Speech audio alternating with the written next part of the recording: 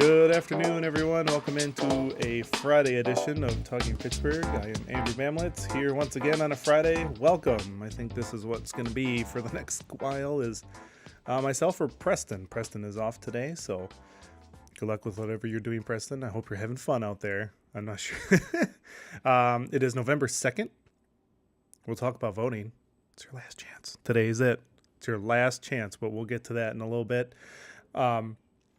We'll go over Election Day. We got some good headlines coming up, events. We got 2 or 3 events coming up this weekend. Then Jeremy's going to stop by because, I get tired after headlines. So he's going to stop by and do a little, just in case you missed it for the week, and go through all the guests that we had this week. And just in case you missed it, that's what it's for. And then we have the final and third part of our Verona Road tour that we had with Steve and Chris from the Wisconsin DOT for the Verona Road project. And so you'll get your kind of wrap up of the whole thing, what's coming up more in 2019 and what's going on down in Raymond Road area from today's video. And after today, we will have all of them airing as a single show next week, starting next week, all week at 6:30. I'm being told in my head. And we'll also have all 3 parts separated on Facebook as well that you can go to. But it'll be airing on this very channel, 6:30 is all next week. So don't miss it. It'll be all three segments together. All right. Well, let's jump into headlines, shall we? So we're going to start with some new news with the Boys and Girls Club of Dane County. They are pleased to announce, this man looks very familiar, Michael Johnson will return to the organization as CEO. He will rejoin the club on December 15th, 2018. So just in about a month and a couple weeks. And he'll be back. So thank you. Welcome back. And we'll see you again. I'm sure we'll see you around, Michael. So welcome back to Wisconsin. All right. Next, we're going to talk about the general election. So today, folks, is your last day. 7:30 to 5 p.m. to vote early. Otherwise, you got to be here on the 6th to vote. So you got your last chance. Photo ID is required. It is here in City Hall. It's kind of in between the Community Center, City Hall, in a bigger room. It's been there for about the last week and a half. And so they'll be here until 5 p.m. tonight. If you missed the early voting, don't worry. We have obviously all day on November 6th for the polls to be open. All right. Hello. So, first weekend event coming up on tomorrow. The 3rd is the Stuff a Squad event.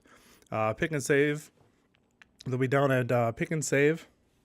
This is a Stuff a Squad event for the Allied Food Pantry. So we'll have the squad down there with some officers. Saturday, November 3rd, 9 to 11. And it's also at Hy-Vee as well in Fitchburg. So you have the 2 locations, Pick and Save and Hy-Vee. So stop on down, drop off those canned goods, non-perishable foods, and personal items, as it says there on the screen.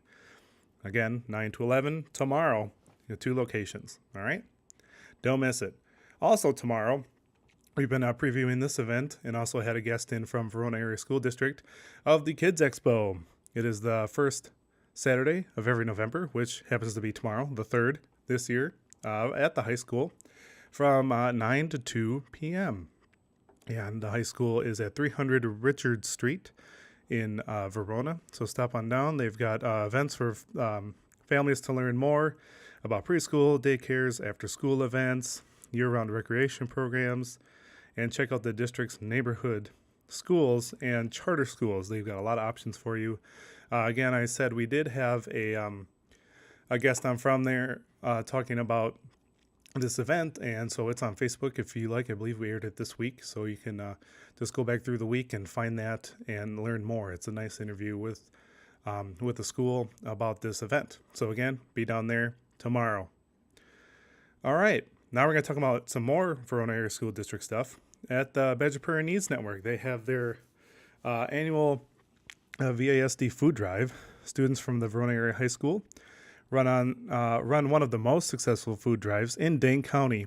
Every fall for 7 weeks, students and families contribute items most needed at the pantry. Today is the close of week 1, so only 1 weekend. You got 6 more weeks to help out here. and they almost already have 1,900 pounds of food for local families facing hunger. That is amazing. That is awesome. There's some more information here. They say this project takes many skills: teamwork, communication, public speaking, marketing, and logistics. It also takes long hours, hard work, and a big heart. We want to congratulate the high school food drive student directors advisor Megan Wen, all of the students and the parents who donated to BPN, and that's from the BP Breads Per Need Network Facebook page that's pulled from. So again, that was only 1 weekend, almost 1,900 pounds. It's a lot of food. So let's do that every week, and that's amazing. So thank you everyone for your contributions. You got 6 more weeks to do that. So I'm sure you can look on the VASD website to find out more information about that.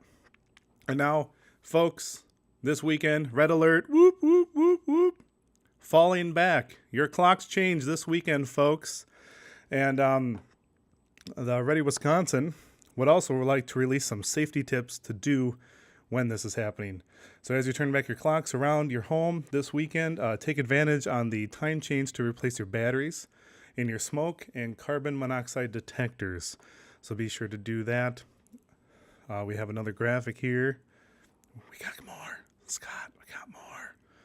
Scott, we got more. Smoke detectors are often the first alert you will get when there is a fire in your home, according to the National Fire Protection Association, the NFPA, much easier to say. 3 out of every 5 home fire deaths occurred when smoke detectors were either not present or not working properly. Detectors should be tested monthly, and the device itself should be replaced every 10 years. So remember that. Every 10 years, you need to replace that device. Some other safety tips here. Have your furnace and wood burning stove inspected annually. This is just a good time of year to do that going into the fall. Hire a professional to make sure it is functionally sound. It vents properly outside the home. Some more tips here. Never run a gasoline or propane heater or a grill, gas or charcoal, inside your home. Don't do it. And or in an unventilated garage. Just don't do it in the garage. Even if it's ventilated, just keep it out of buildings. Any heating system that burns fuel produces carbon monoxide. Use of battery-powered detector where you have fuel burning devices, but no electric outlets, such as tents, cabins, RVs, and boats. So make sure you have those. A lot of them are battery backup anyways, but these ones need to be battery-powered only to run in those specific locations. All right, well, that's enough of me jaw-jacking here. So we're going to take a quick break, and when we come back, we're going to hear from Jeremy about Just In Case You Missed It from this week. You're watching Talking Fitchburg.